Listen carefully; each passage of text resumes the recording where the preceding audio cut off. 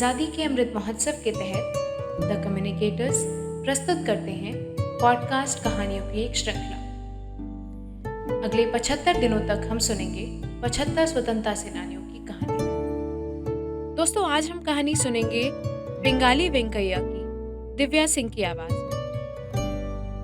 हमारे देश को तिरंगा देने वाले महान व्यक्तित्व पिंगली वेंकैया का जन्म 2 अगस्त 1876 में आंध्र प्रदेश के कृष्णा जिले में हुआ था।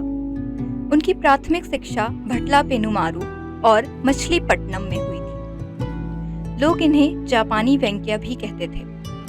मात्र 19 वर्ष की आयु में वेंकैया मुंबई चले गए और ब्रिटिश भारतीय सेना में नौकरी करने लगे।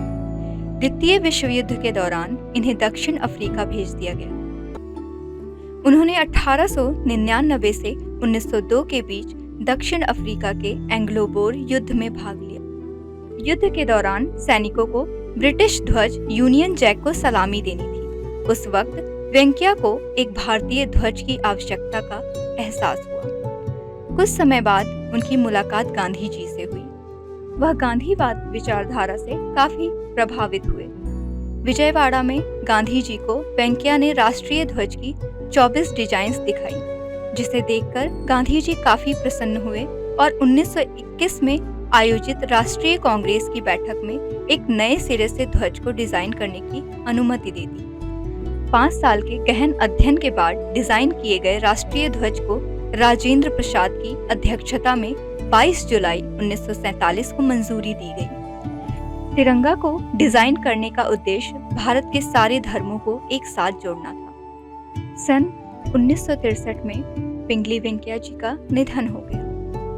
जनवरी 2016 में केंद्रीय मंत्री वेंकैया नायडू ने ऑल इंडिया रेडियो बिल्डिंग में उनकी प्रतिमा स्थापित की, जिस तिरंगे को देखकर हमें गर्व होता है, जिसके लिए सैनिक हंसते हंसते अपनी जान की आहुति दे देते हैं। उस तिरंगे को देने वाले पिंगली वेंकैया जी, जिन्होंने भारतीय इतिहास में अपनी एक अलग छवि बनाई है, ऐसे महान व्यक्ति को हमारा शत शत नमन।